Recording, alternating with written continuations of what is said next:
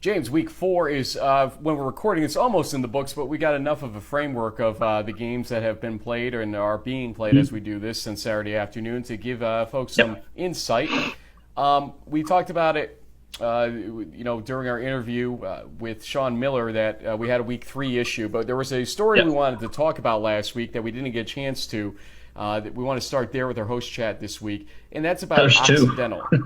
Yeah, true. Well, Occidental, they we're on a bye this week, so we don't have Yep. much information about where things stand right now. But we had some outreach from players out there in California. Oh, you got an update for Yeah, me? yeah. And I think for those who aren't familiar with Occidental or Oxy, it's a D3 college that's out in Los Angeles where I used to live. It's in a town called Eagle Rock, which is a suburb of Pasadena. It's similar in size and scope to our alma maters like Hobart and Union. But yeah, they recently had an issue where basically the administration canceled the game against Pacific. Literally, I think like the night before, it was going to be either I think it was a Friday night game or maybe it was a Saturday day game, and very unusual, citing that they didn't have enough players to dress or to come out and play the game, which met the player. Some of the feedback we got from the players was, you know what, we could have done it. The administration obviously thought otherwise. We reached out to their athletic director, didn't get a response, so basically they declined to be on the show. But that's for a little bit of background for those of you who may not be familiar with Occidental, since it's a West Coast, one of the very few West Coast Division III football schools out there. And as James brings up, we did have the outreach. We did have some back and forth anonymously with students, the football players. Some wanted to talk, some weren't so willing to go in front of a camera, and I believe the school also may have interrupted their freedom of being able to join us, which we get. We understand this, and we're not looking to cause problems at the end of the day. So the moral of the story is this: as James said, they wanted to play.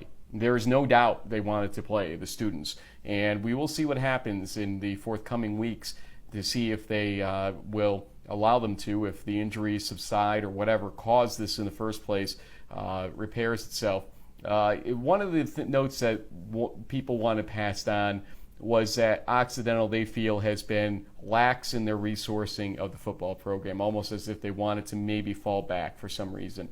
We don't know if that's true or not. We're not familiar enough with the school to know that. But that's kind of a message that they wanted to get out to alumni. Alumni have been, I guess, reaching out to the student athletes, the football players there, to say that they support them, and that's been very positive for them. But at the same time, they want to be on the field, even if they're undermanned, even if it means a loss, which it did in week 1 or their week 1. They want to be out there and playing the game of football that they love. This is truly a YD3 type of moment. And James, I think I see you nodding in the background, and here you are with me again.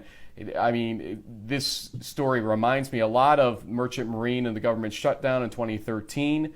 I know Coach Toop probably would send his best to this team because he knows what it's like. Out of their control basically, and not being able to suit up to play football or coach football or whatever else. So we send our best out to Occidental. Yep.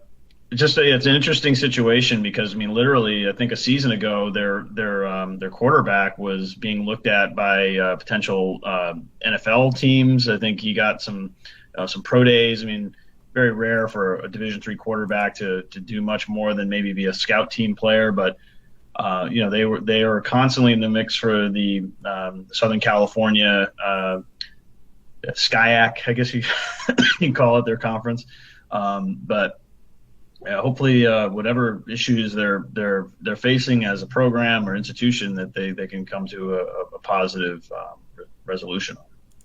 Next up, Wheaton. We want to talk about the hazing situation out there. We've been working with D3Football.com and have put in a FOIA request, a Freedom of Information Act request, to try to get the police reports related to a hazing incident that happened about 18 months ago to a transfer student who was playing football for them. And he has since transferred to another school.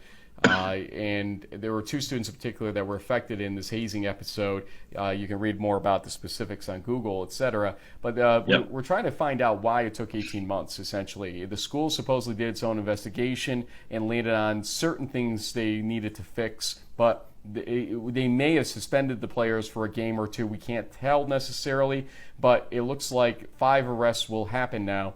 And in DuPage County, the state attorney's office is controlling this a little bit. One of the things you start to wonder, personally, is if the victim of, or the alleged victim of this situation didn't get the, solace from the school, or the reaction or response from the school, and wants to maybe sue civilly. And the easiest way to win a civil case is to somehow get the state to pursue a criminal case, because the standards for a conviction versus winning in a civil case, it's a lower standard in a civil case. So if you're able to get guilty verdicts in the criminal case, you can use those to a certain extent in a civil case. So it's a question. We want to see where these police reports were made, or when they were made, essentially, to kind of piece this together the best we can for the D3 world out there. We'll see if we get that request fulfilled or not. They've not said no, and they have 5 business days to give us an answer, or possibly 5 more if it's not in their control in the first place. So we'll see where it goes. You can read a lot more about Wheaton by Googling about this episode. It's horrific. If it's true, it is horrific, and they deserve punishment, absolutely. But if there are some mitigating factors, that it's just kids being kids and doing a little bit of hazing here and there type of situation, okay, punish them. But are 5 arrests necessary? And that's where the debate's going to fall in here, and differing minds will differ definitely on it. Your thoughts? I mean, you hear about it every year in the news of some kind of either hazing or it's usually alcohol-related incidents. I mean, I can only speak from my own experience. I never saw anything like hazing at Hobart and the football team. Maybe a little bullying and intimidation, but that sometimes happens when you're a freshman and there's older players. But I mean, if you look up either the story that D3Football.com did, or just what you read on Google about what happened at Wheaton, this is above and beyond that. So heart goes out to the affected players and their extended families. It's got to be a horrible situation all around. And it is interesting that it's taken so long for this to come out. And but ultimately, it'll be dealt with in the courts, it seems. James, let's go to the games of the week. We want to kind of fly through these. We understand that folks don't want to spend 20 minutes listening to this jabber about all this stuff. So let's start with you pick the conference. Let's start with the Empire 8, Frank. Let's do the E8. Really the game of the week there, from my opinion, was 2 undefeated in RPI and Buffalo State going at it. And early on, it looked like RPI was going to take this one. They were up 21-9 at halftime. And then all of a sudden, the Bengals roared back and scored 24 unanswered points and en route to a 33-21 win. Finally knocks RPI off the ranks of the unbeatens, and a pretty impressive win by Buff State. Agreed. I thought RPI had a chance to really impress in this game and move to 4-0, but it did not seem to materialize. That Trent threw 2 touchdowns but 2 interceptions as well, and those became costly at the end of the day, it looks like, for the RPI Engineers in that matchup. Alfred manhandling Rochester, no surprise. As we record this, Brockport's handling Utica. I believe the score right now is actually escaping 21-7. I believe was the last update I saw. So and it's still no real surprise at there. Halftime. Yep, at halftime, 21-7. And the Empire 8 goes into conference mode soon. So does the Liberty League. And let's talk about the Liberty League. Union beats Curry, but they had to hold on. It was 17-14 at the end of the day in that game. Yep. And again, it's one of those balancing acts. You ask yourself, is Union playing teams that are caliber enough that you can tell that this is a better team than they were a couple of years ago, or are they playing weaker teams that we can't really learn much about them? I would say probably more the latter than the former. Looking at how Curry won their games, they won by basically one possession in the first 2 weeks, and handed a big loss to Anna Maria, who really is struggling this season. So against I think MIT and Nichols was it that they won games close. That tells me Curry is a good team, not a great team. Or at least a mediocre team, not a good team, maybe even. So you got to go by that. Also, Hobart today, kind of a lackadaisical first half. They were only up 10-3, and they ended up winning by a lot more. Yeah, the first two drives went pretty well. Scored a touchdown on the opening possession. Drove down the field. Was able to come away with a field goal. Ultimately, the Statesmen, I think, I don't know if they were looking past Endicott to Ithaca, which is a really big conference opener for them. Statesmen have never won at Butterfield Stadium. I'm sure you'll hear that a lot this week. So this might have been one of those trap games, but eventually the Statesmen offense kind of woke up, and Brandon Shedd had a couple of touchdowns. Ray Conley had a couple of touchdowns. It was a pretty good game in the end for the Statesmen, but a little bit sluggish, a little sloppy here and there. Another 90 yards and penalty type of day that they'll need to clean up. But it's still a win. In the end, Jack, Rowan really gave a challenge to Frostburg State. It was a one-touchdown game for much of that second half, and they end up winning, does Frostburg State, 24-10. Rowan's going to be one of those teams that's going to bite somebody in the bud before this is done this season. Yeah, they have a great defense, and I think they just sort of ran out of gas in the second half, and their offense sputtered because they were also up at the half. It was 10-7, and then Frostburg kind of got things going in the fourth quarter with a couple of late scores to make it look like they kind of pulled away. But really, it was a very tight game until the fourth quarter.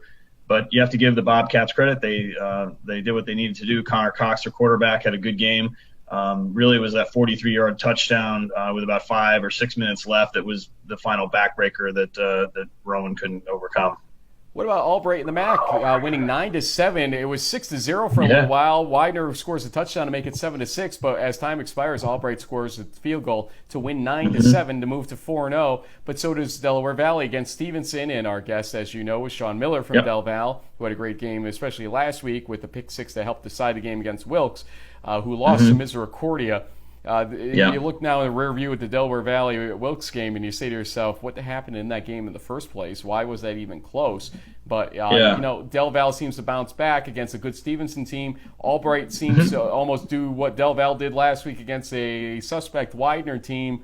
And this is turning into a very interesting MAC race, but it looks like all roads are leading eventually here to Del Val versus Albright. Yeah, and that's going to be probably one of the games of the week for the East Region in Week 6, when they face off. Probably both will be undefeated, and at that time, assuming things pan out. But from conference play perspective, they should be. Del Val will likely be a pretty safe favorite against FDU, who lost today. But we'll see what happens. Sometimes these conference races can go a little topsy-turvy, but right now, like you said, I think all roads are sort of pointing towards the Aggies right now in the MAC. Western New England in the CCC bounces back to beat Huston, and that's an important game just to see where the nucleus in the East, in the New England part of the East region is right now. Western New England bounces back. We talked about Curry just narrowly missing against Union. And Nichols losing to Morrisville State, Dean beating Becker. This is not a great weekend for the CCC. Yeah, that was the first win for Dean, so that's good for them in a sort of a startup type of program. And beating Becker is not necessarily anything to beat your chest about too much. And really, what'll probably won't be finished by the time we go through this chat, but Salve is playing WestCon right now. It's 7-7 at the start of the second quarter. Salve right now is starting to look like the potential, inaugural champion for the CCC. I mean, obviously they have to beat Western New England, but Western New England seems a little more mortal this year than they have in years past. So be kind of curious to see what happens in that WestCon game. Their quarterback for the Colonels, think it's Quinn Fleeting or something. He's got an interesting name. Quinn Fleeting, you got it. He can really throw the ball. He threw for over 400 yards last week. So that this game could end up being a shootout, or maybe it'll end up being a defensive battle since it's only 7-7. But Salve is a team I've got my eye on as a potential playoff participant based on how they've played so far. Let's go over to the NEWMAC, which only had 4 games up in playing this weekend. And, Springfield against WPI, an in-state rivalry of sorts. And Jake Eglantine is actually the player that carries his team the most by yardage standards, at least on the ground, with 139 yards and a touchdown. Jordan Wilcox, 84 yards, 2 touchdowns in a 42-10 win versus WPI. Springfield with 574 yards. They combined for 899 yards of offense, did WPI and Springfield, but WPI just could not really do enough with it. 9 tackles for loss, 3 interceptions gained by Springfield, and their defense, and 1 forced fumble, but no recoveries. Yeah. So, their defense is playing as strong as their offense is. Yeah, and that's great news if you're a Pride fan, because basically Springfield has to run the table if they want to get into the playoffs. I mean, it's possible that a 9-1 record might squeak in from a Pool B perspective, but if they go 10-0, it's going to be really hard to pass them up. So right now they're playing great. They poured it on in the third quarter, scoring 21 points really quickly, and made a 14-3 game just turn into a blowout right there. And they're a deadly combination of the number 1 rushing offense in the nation, and then their defense is playing great too. So things are really looking good out there in Springfield. I'll point out that Coast Guard, at the time of this recording, you'll see on your screen the final score eventually here, but Coast Guard was leading Norwich 13-9 late in the game. Coast Guard is just one of those teams I can't figure out, and that win by Union against Coast Guard, to me, it still leaves a lot of questions more than answers by Union. If Coast Guard weren't able to beat Norwich in the end here, it's going to come down to the last drive probably, and we'll see what happens. You'll see the score on your screen, as we said. And Merchant Marine putting up 56 against Maine Maritime, a 56-31 game, and 590 yards. 590, man. What the heck? Yeah, man, they're rolling. And Bryce Moore had another 100-yard rushing game, 4 touchdowns. Didn't throw the ball much. They didn't have to. So definitely an impressive win. Nice bounce-back win for them, especially with the loss to SUNY-Maritime, who I believe was idle this week, but ended up on College Game Day. There was a sign in the stand in the crowd where I guess one of the Privateers players or a student held up a sign that said SUNY-Maritime wants Bama. So they're definitely looking like a potential team to beat in the ECFC, especially now that Husson lost. So we'll keep an eye on the Privateers. Over in the MASCAC, Frank, Bridgewater State loses yet again. So they're the defending champs are now 0-4. They drop a 31-29 heartbreaker to Fitchburg. They kind of tried to storm back late, but they weren't able State, to. Though, my friend, on the other side of this ledger from the last week's game, Karan Wright gets 96 yards and a touchdown and leads Framingham State to a 50-7 win over Mass Maritime. I think I know who my favorite is right now in the MASCAC. Yeah, it's definitely looking like the Rams. I mean, they seem like the head of the class right now. I mean, Plymouth State's been doing pretty well. They had a win 37-7 over Mass Dartmouth. Maybe they'll challenge the Rams, but right now it's looking like Framingham State is the team out front. Yeah, Western Connecticut also may have something to say about it. We'll see what happens there. Screen, there are only 2 games in the ECFC. We've covered both the Dean win and the Husson loss. And then in the NESCAC, if I may be so bold, we kind of... Yeah, we got to give a shout-out to our old friend, Coach Ray. Last weekend, the Eefs got their first win. He had didn't get any wins in his first year, which not surprising, taking over a program that really needed to rebuild itself. And, but hey, like we said, we knew that over time that Coach Ray could get some W's there in Western Massachusetts. So that was a big win for them. And I know, our friend Matt Noonan had some picks for this weekend, and he liked believe he liked Tufts and over Wesleyan, which is it's kind of the nightcap. Trinity blew out Bates. Amherst, kind of the same thing with Hamilton. But yeah, once again, hey, look at this. Not 1-0, but 2-0 with 0-0 with 1 to go. Well, hey, he's 2-0. So what a great turnaround. Hold on, my friend. This Trinity score, we can't just look past it real quick here. The Trinity score 51-0. And they gave up 0 points the previous week as well. They have given up 0 points in 2 straight weeks right now.